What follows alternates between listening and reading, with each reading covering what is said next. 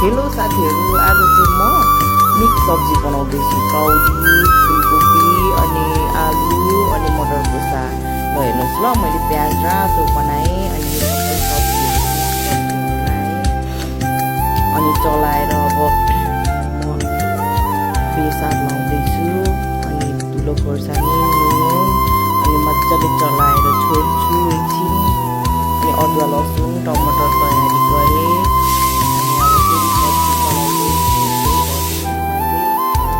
टमाटर अदुवा लसुन लगाएँ अनि त्यसलाई फेरि मजाले छोपेँ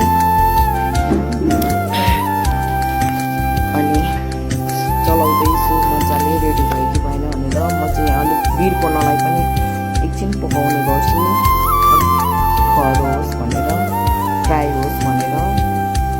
अनि आज चाहिँ मैले अचार 3टाको बनाएको छु। अचार यो भटमास र टमाटरको हो अनि यो टमाटर मात्रै अनि यो चाहिँ आलु उसिनेर खोर्सानी पोलेर बनाएको।